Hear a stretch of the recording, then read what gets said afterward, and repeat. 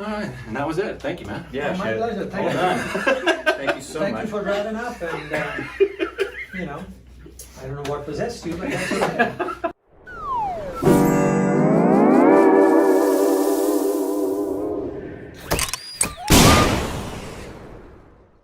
Thank you so much for allowing us to interview you, sir. We are big fans. Yes. Admittedly, newer fans. Yeah. Just found out about you. With someone wearing a newer shirt, I believe. Yeah, this is a newer shirt. It actually is. Thank you. You win. It is. Exactly. But all of our subscribers are huge. You're a legend. You're an icon to millions of people around the world. That's what we found. That's how we found out about you. We watched your video online. It's called Horse Running. I don't know. That was our first exposure. And I felt like I had to talk to you immediately. So thank you so much for allowing us to. Oh, hey, it's a pleasure. I mean, glad that we could make it happen. Yes. You know, with all this tight schedules. Yes. Is it schedule or schedule? I think it depends on how formal you want to sound. I've even forgotten what it is in India now. Yeah, I think it's, we say schedule, but I think In really... India, we say timetable. That works. So we have a couple questions for you. We did ask a friend of ours. His name's Tushar Law. He runs the Indian Jam Project. I don't know if you've ever heard of that. He's an Indian, and he Beautiful takes musician. classical Indian instruments and puts them into Western songs like The Dark Knight, the composition, and different stuff like that. And so he actually helped us out because you're one of his idols. And so all the smart questions will be from him. Yes, and all the dumb ones. Yeah, and all the other ones will be from us. So Okay. you'll be able to know the difference quite easily. I'll pick the smart one. Good.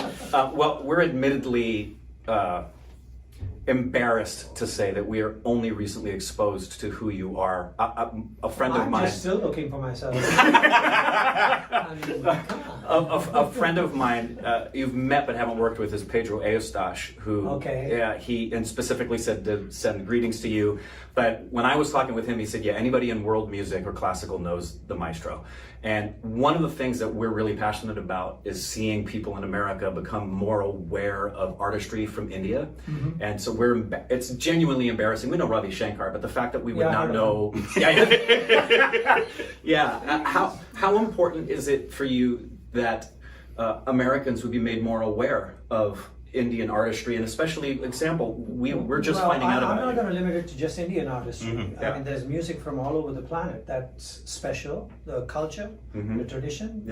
I mean, way longer and way deeper than United States. I mean, United States, what, 300 years? Baby country. Yeah, we're tiny. Baby country. And you talk about Indonesia has a gamelan tradition of a 2,000-year-old, and India 2,000, whatnot, and China and Japan and everybody. But the thing is, I think what defines us and makes us adhere to someone else, and special to other people in the world is our culture, our tradition, and what that means to us, and how that projects us to the rest of the world. I mean, you could, you can wear suits and become great big business people. But then that's what you will be, people sitting in a conference room and so on and everything. It's not about your culture and tradition anymore. Right. And so one thing that India became well known for, and I'm talking about before India became an economic power. At this point, we were like a fourth world country at that time. And the people still flocked to India because of their history, their culture, their tradition, the meditation, the spiritual energy that it projected, the music, everything, yoga. That's people went for that, and that's Indian culture. That's what we all grow up with, and that's what makes us the humans we are, and that's what also makes other people from all over the world respect us. So it's very important that not only India, but in America, people understand the culture and tradition of every other place. Like for instance, I'm playing with Bela Fleck, the banjo player. How many people know that banjo comes from Africa? I just learned that. Just learned that from now. you. Hey, cool. You're a great thank you. teacher. We always learn something new. Here we go. Yeah, absolutely. Love that. And there it is. I mean, so there's a lot of our culture in America which actually is not American. It comes from somewhere else. Right. And it's best to go look out there and connect the dots and plug into the roots where it all comes from. It just makes people in America that much more better, that much more worldly, that much more panoramic in their view. And so it's very important that this happens. And I'm glad that the efforts of Ravi Shankar, the great man, and the guy who drummed with him for all those 30 years was my father. Your father, yes. And so they collectively made it possible for people to look at India in a different way. And now it has of course become Bollywood and you know, all the business people and the Ambanis and this and that and everything. And the guy built the most expensive house in the world, $1 billion house in Mumbai. $1 billion house. $1 billion house in Mumbai. $1 billion house. You bought that house? No, I didn't. Yourself? I actually, I can't wait to see it. I drove by it and felt, you know, rich for a second. Yeah, by just driving by it, it gave you the aura of, of the wealth. Absolutely. Yeah, you know, I soaked it in. yeah. And then went home and looked at my place and it all kind of That's great. disappeared. But that's how great. it happened. Yeah. So, but anyway, so there it is. In your answer to your question, yes, America should look at the world out there, not through how much money they have, what kind of armies they have, how many times they've sent rockets to the moon or whatever, but what culture they represent, what their tradition is, and so the humanness of that place. That's great. I'm going to ask you a question. I'm not a musician. He is a musician. That's your problem. Yeah, I know. I'm sorry. But Can't help you there. we've seen quite a few of your videos now, and what I'm actually astonished by is the fact that I know you say that you, when you in Indian music, it's very spontaneous where you're playing. It doesn't look like you're thinking at all when you're playing. Okay. And is that the case? Is it kind of just your hands do whatever they want? Well, or I tell you, I'm sweating buckets while I'm playing. You know, it's like, God, I hope I get this right. Yeah. Really? Oh yeah. Is that your, you know, while you're performing? That's while in your, you're performing? Interesting. And what's interesting about improvising is that when you come up with a new thought, and you put it into action, and it's a simple idea, and you play it. The fun thing is that you can hover around it for a little bit until something new strikes you, and then when it strikes you, insert that in. So that's the fun about improv. But when you're playing a song that is corralled and into being a certain way, and there's only very little place for you to be able to be creative. You don't have much time to be able to make things happen. So that's when things go a little awry for you. I mean, when I play with Bela Fleck and Edgar Meyer and these people that are playing tonight, we have a bit organized arrangement for the songs, and there's very few little pockets in them there where you can just go and do your thing and talk to each other and and in that you better have your files in the right order, and the memory chip properly cleaned and freshened and rebooted. If not, then you're in trouble. Well, it's very impressive because it looks like it's just done with ease and like the second nature. Oh yeah, we're smiling and everything, and I got this. Faking Hey, I know what I'm doing. But in the meantime, I wish this comes through properly. Wow, yeah, because the last one we were watching, the last video we saw of you playing, I had two thoughts. And the first one was, you're an artist who seems like, from intuition to application, it's just, sometimes, like he said, there's not even a thought process, it's just intuition to application. Well, I mean, when you've been doing things for this long, sure. I mean, I've been playing professionally for about, 54 years.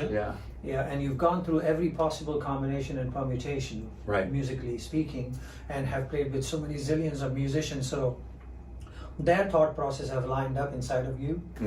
So it is possible for me to be more, what should I say, impulsive. Yeah. It is absolutely possible. I mean, I can take the leap of faith, just jump right down and hope I land on my feet. Right. If I don't, because I've been doing it for so long, it is possible for me to bank and and glide. Make a correction. And Yeah. make corrections. And to make corrections, I can, just grab on to tried and true. Mm-hmm. There's like 500 different things that have been done before, and they're all there, ready, and will right. You got the will kind of toolbox. relate to stuff that you're doing. You just pick on that and Yeah. hang on for dear life, like life jacket. Yeah. and it works. Yeah. Well, you are, for me, I've never witnessed a person who has such mastery over an instrument at the level that you do. We've made comparisons to our exposure to instrumental mastery that we've watched people like with the electric guitar, or people who can master the piano, Stevie Ray Vaughan, Jimi Hendrix, some of the classical cellists and everybody else. I've not witnessed anybody who, from my perception, had greater mastery over an instrument, even dancers and their instruments, than what I've watched from you. Well, not to get serious about it, but I mean, it's a relationship with your instrument. That's what it is. I mean, in India, we definitely believe that each instrument has a relationship with the instrumentor. It's clear when you're playing. It's very clear. But it's not a relationship of me master, you horse, and I command you. Right. There is a spirit inside of the instrument. We definitely believe so. And what you end up doing for the first 15, 28 years of your life is trying to establish a relationship with that instrument. Wow, what a great statement. And when you do that, the instrument is ready to do your bidding. Yeah. Because your friends, your brothers, your husband and wife, your whatever you are, and your relationship with it. And that's why you see so many musicians traveling, and they're so careful with their instrument. They want to make sure that it's okay, it's packed right, and it's all that. And it's simply because it's half of it is me, half of it is the instrument. Yeah. If it decides to not respond today, I'm dead in water. Right. I have no idea where I'm going. Up the creek with pedal. No Yeah. So so that is what I believe happens. And when I'm playing on stage, I am totally convinced that I'm not going to be hung out to dry by my instrument. The spirit there. Yeah. That it'll come to my rescue if it needed. So I'm happy to just jump into any kind of fray, move in any kind of area, jump down the waterfall, whatever, or take a flight. Yeah. And it's fine. Is tabla something you think anyone could play, or should they have a natural affinity or giftedness toward it? Do you personally think? Tabla as a traditional instrument from India, playing all the traditional repertoire and stuff, not so easy. But as a percussion instrument, yes, anybody can play it. Yeah. It's like a tabla player, like me, can play bongos. Right. Or play congos, and because they all have relationship and percussion. Relationship. Right. So in that sense, you can take all that technique and just transpose it onto the tabla, because it's a percussion instrument. And so I always tell people, don't get riled up, because I mean you're like 2,000-year-old history. Yeah, I was going to play. I need to sound like just Zakir get on your Hussain. drum and just kind of find your way. I mean, you don't know how to play piano, but you can get up there and hit the key of C. And and you hit a couple of notes, and it kind of sounds right. You know what the notes are. You can hit them. Yeah. So great comparison with tabla. So yes, but to play the repertoire, then you need to get some information inside of you. Yeah. And that needs to happen. Anything about tabla, its history, its repertoire, and all that stuff can be learned in a couple of years. But to be able to practice, get it to up to specs, to the point where you can actually do something with it, that may take some time. I would imagine it's thousands of hours of work. Yeah, I'm still working on some stuff. Yeah, I bet. This is from Tashar. He says, now that you are considered a master of the art form, what are you hoping to achieve with your artistry and your influence? But that's the problem. Everybody thinks I'm a master. I don't. And that makes things easier for me. Yeah, absolutely it would. I mean, it's like I'm down here, you guys think I'm up there, but no, I still got a ways to go. Yeah. But the thing, my father always told me, don't try to be a master, just try to be a good student, and you'll get by just fine. Great. And when it comes to art and culture and creativity, all you can be is a student, because there's every day something new to learn. I mean, it's like you guys found out about tabla and all this Indian stuff just recently. Yep. Yeah, I mean, so it's new, and you just found out about banjo coming from Africa. Like just Right. a couple Like, minutes ago. yeah, right. I mean, it's just freshly arrived. Yeah. I mean, people think I'm a master, but I really don't. I have a lot to learn. I mean, there's some wise man who said that when he was told, a great musician, Maestro, you were perfect today, and he said, friend, I haven't played good enough to quit yet. And that's a profound statement. That's a very because, profound I mean, statement. If you think you've done the best you can, you might as well hang up your boots. Yeah. And you're done with. Right. So it's never the best. It's always striving for the best. Yeah. So that's what you can be best for today, but tomorrow you'll listen to it and say, I could have done that better.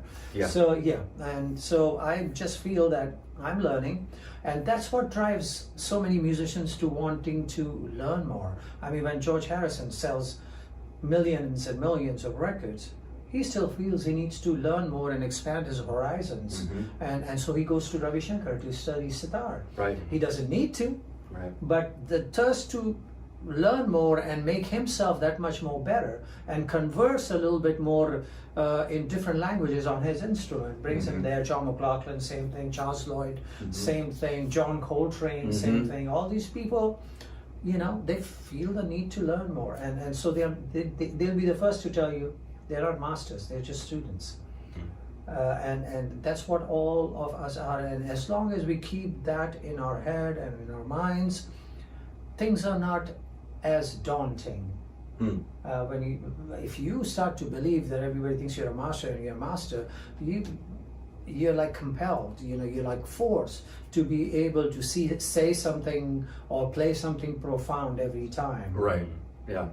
And you're like, okay, I'm not going to want to fall flat on my face today, but you can, and if you're just learning and going forward, and so that may be a cop out to some people, but that's what it is. It's a fact. I think I know the answer to this question, but I don't want to presume. Okay. Of these options, composing, recording, performing, do you have one that's a preference bar none that you like the most, or are they equal?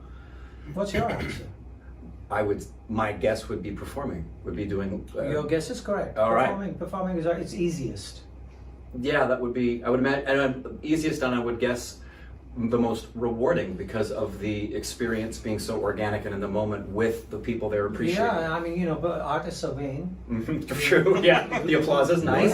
We have only a little bit of ego. Yeah. just a little Just a little bit of ego. Not me. Not you. No, Not him at all. Of course not.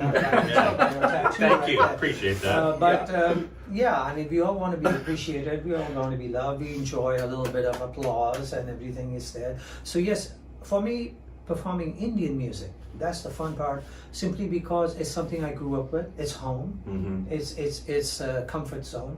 So it's great to be able to do that. When I get into, you know, on the stage with, say, Herbie Hancock, or with John McLaughlin, or Bela Fleck, Edgar Meyer, and all these guys, or with a symphony orchestra, it's very challenging, because now I got to step out of that garb that I'm wearing as an Indian and do these other things, and so wear these other hats, and therefore be subjected to the rules that those things bring to you. Right. And so that's more challenging. Or composing for a film is challenging, because you know you're now responsible for putting into play and bringing to blossom someone else's idea and thought as a music composer, and so those challenges are there. And so yes, performing especially Indian music, great. Yeah. As a American who loves classic rock, this is just curiosity. Were there any Western musicians that inspired you growing up, or who are your favorite people to listen to? Well, I used to walk around with my boombox. Heck yeah, you did. On the streets of Bombay, listening to "Come On Baby, Light My Fire." Yeah. Yeah. So I was listening to the Doors. I was listening to the Grateful Dead. I was listening to Jefferson Starship. Yes. Quicksilver Messenger Service with John Cipollino, the guitarist. I don't even know that one. I don't even know that one. See? Learn something new every day. I was listening to all those guys. I was listening to Miles. I was listening to, you know, and so. Yeah, so genre, not just where you were all over. But there was one period where it was just rock and roll. Rock and roll. Yeah. It was, you know, like your Big Brother and the Holding Company. Yes. Yeah, I was listening to Janis Joplin. Oh. I was, you know, Yeah. Jimmy, of course. Yeah. Ah, Jimmy. I was listening to Jimmy and all these guys. I mean, that was an interesting eardrum popping moment in my life. Yeah. I have to say, you know, boombox right there. I was the only one in the neighborhood who had a boombox. Really? First of all, and then here I'm walking down the street playing the boombox is distorting because it's small. Yeah, it's little not one. big. But you've got it up there. Yeah, got it up here, Yeah. and the Hammond organ is going da da da da da da da, and people are looking at me strange, like, what's wrong with this kid? Yeah. And you didn't care. Why You were isn't just. he listening to Lata Mangeshkar? Yeah. What's going on? All those guys, he's listening to, what's this? You know, this noise. Anyway, but that's absolutely. Yeah. I mean, rock was at one point, you know, a very special moment in my life, and I have to say, I wanted to play drums. I did want to play drums and Like being a rock band. be in a rock band. You know, Do you have an play opinion of who drums. the greatest drummer of all time is? Who is the great? Yeah, I yeah. mean, it depends on. You mean rock and roll? Let's say rock and roll. Like just- rock and roll drummer. What I would know. Oh my God! And I know do it's you tough. know Ainsley Dunbar? Yes. Mm-hmm. Yeah. Okay. Do you know Ginger Baker? Yes. Okay. These are guys. Yes. I love. You know, Ginger Baker is like, Mhm. you know, he just Yeah. passed away. God Yeah. bless him. If you mentioned, those are names that are always mentioned at the top of the list. Stuart. Yeah. Yeah. Yeah. These are guys. I mean, you know, Bonham. there was one movie that came out called Kaleidoscope. Mm-hmm. It was a movie called You know it? Kaleidoscope. Yeah, I know. Yeah. I didn't see it. And I think Ainsley Dunbar was the one who did the score for it. Huh. I It need was to a see this. very psychedelic score, but the drums were like very special in there. Yeah. Did you see the film recently, Whiplash? Yeah, Did I you did. able to see Yeah, that I one? did. Yeah, I yeah. did. Did you enjoy that one?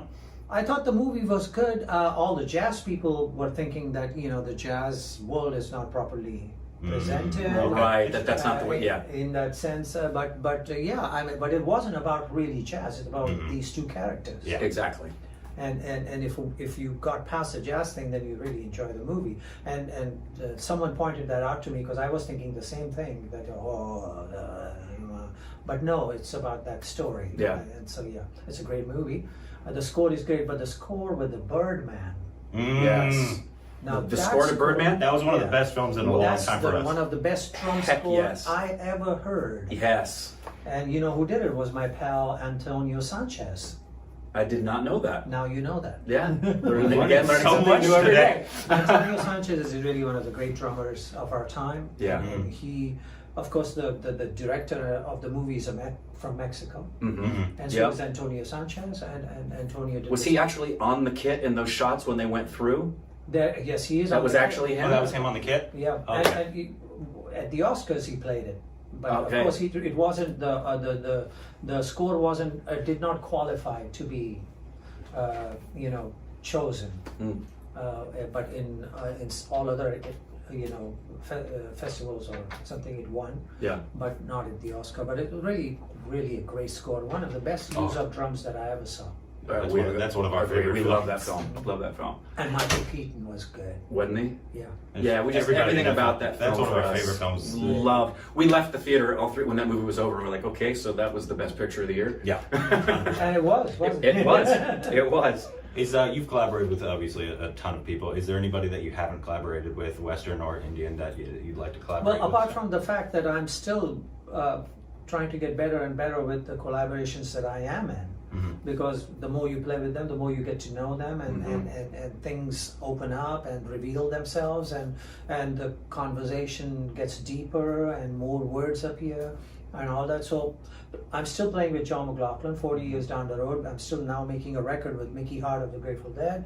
We've been working so long, and I'm still working with a lot of Indian musicians that I've been working since like 35, 40 years. Yeah. And the relationship just blossoms further and further and further. But yeah, I mean, there are a lot of different. I just recently started working with symphony orchestras. And I was commissioned to write a tabla concerto I heard about that, yeah, which is like, that's never been done, has it? That's never been done. Yeah. So I wrote one, and then it started performing. And the last time it was done in Florence, and Zubin Mehta, the great conductor, Yes. conducted it. Ah. And it was great to have that honor. It was just fabulous. So that's a new challenge for me that's come forth. And in the last 5 or 6 years, I kind of, came back to working with Herbie Hancock. Mm-hmm. That, I mean, we kind of crossed paths in the 70s. And Oh, I didn't know that. yeah, Well, in the 70s, obviously- in those days, there were big festivals that took place in Europe, all over.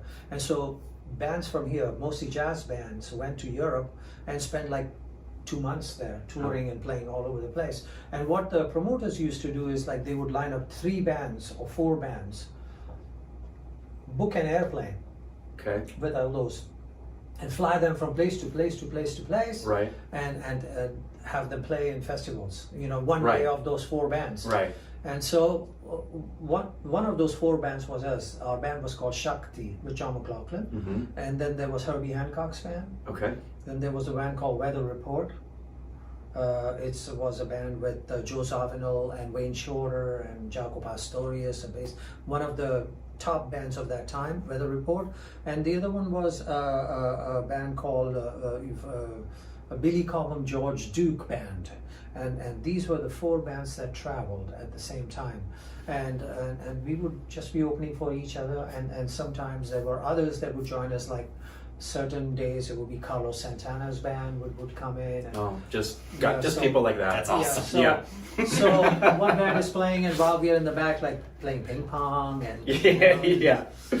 food is being cooked, and all that Yeah. kind of stuff would happen.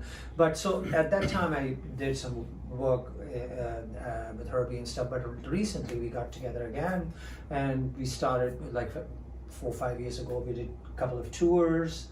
And now Herbie's new record, I got a chance to be able to put some stuff on it, so that's happening. So Awesome. I'm really looking forward to seeing Awesome. where that goes and what that spawns. Yeah. And so yeah, I mean, I'm really into it. And this Vela Fleck Edgar Meyer thing is new. Yeah. So we've only had one so record. looking We're very looking forward to hearing it. So, So yeah, me too. yeah. To finish up, Lightning round real quick, and then let we have Maestro go. You have a. we have Lightning rapid round. fire Rapid fire. questions. Oh my God. Yeah, so just right off the top, there are going to be some silly ones. So sorry. Okay. Favorite musician today? Me. Yes, Great. great. Favorite Indian actor? Me. Oh, yes! You know, I've acted in movies. You What? know this? Where? What's the matter for you? Hey! What's the matter for you? Come on. Favorite Indian film besides the one you're in? Yeah. Favorite Indian film? A comedy called Padma. Okay, we gotta watch that. Gotta watch that. That's one. never been No, it's never been suggested. All the actors in the movie are comedians. Okay. We'll look it up. It's, We gotta look it It's up. a great comedy, one of the How best come comedies Stupid Babies ever. have not? Yeah, it's their fault. Okay. Favorite American actor? Favorite American actor would Or have... British, British, Western, yeah, Western. Western actor. Oh, Western actor. Yeah. I would. I don't know, but I mean, I think I would probably have to go with what's his name? Oh my God. Corbin Miles. Huh? That's me. That's him. It's okay.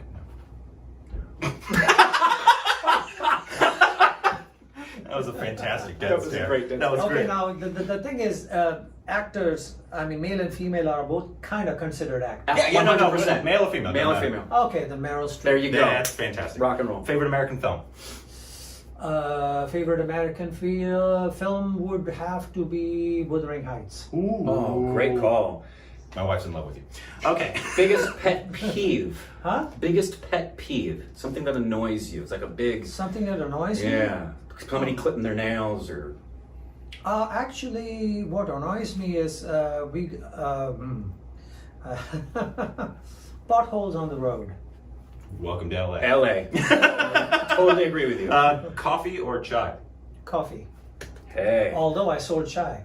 You sold chai? Did you? Yeah, for 20 years I sold Taj We Mahal didn't- tea on television. we didn't I do enough did research. ads. Yeah, no. What are you looking at the guy who's done all sorts of things. Okay. I did ads for TV ads. Did you do any ads for Hajmola? Because that's been really big for us. Yeah. The who? Hajmola. I actually did one. Did you really? Really? Yeah, there was an ad that I was sitting and in an airplane, and this lady was sitting next to me and saying, "Are you Zakir Hussain's younger brother?" Because I mean, I'm supposed to have Hajmola, and I'm supposed to be, you know, so. Wow, I gotta find that. So I said, "No, I'm sorry, I'm Zakir." He said, "Oh, you look so young." Yeah. That's great. That's awesome. Okay. You go ahead. The favorite thing about touring? Food. Awesome. Good. Okay. Least favorite thing about touring? Cold food. Yeah, food that's like not prepared. Yeah. What's an instrument you wish you could play? God, actually, I really love to play the tabla. I think this is the best instrument that I can. You know, there used to be somebody who would ask a great piano player, you know, that okay, if you were to not play piano, which instrument would you play? Right. And he said tabla. And he was asked why. He said, well, because he thinks that it's one of the most complete instruments. It is an amazing out instrument. there in the world. It is an amazing Yeah, instrument. but I would like to be able to reverse that thought and be able to play the piano. Huh. I can play a little bit, but I was gonna say for I know compositions, You can teach each other. Yeah. Who plays piano? oh my So god! I there mean, you go. I write. Yeah, I was gonna say you write stuff with piano. So yeah, but it's like Yeah. okay, all right, okay, I get this. Yeah, but Sibelius helps. Yeah. And last question is this round: what's the hardest thing about playing tabla? There's no hard thing about playing tabla. It's all joy and happiness. That's beautiful. That's That's great. Thank you so much. We really appreciate you you very allowing much. us to sit down and It's my talk with pleasure, you. and We thank you really, for buying a new shirt. You're very welcome. It's actually a running joke. It is on a the running channel. joke. It was picked out That's for me by actually quite Andrani. funny, but thank you so much. We very much look Yeah, forward thank to you. listening to your concert. Thank you so ever much. so Thank much. you, Thanks thank for coming by.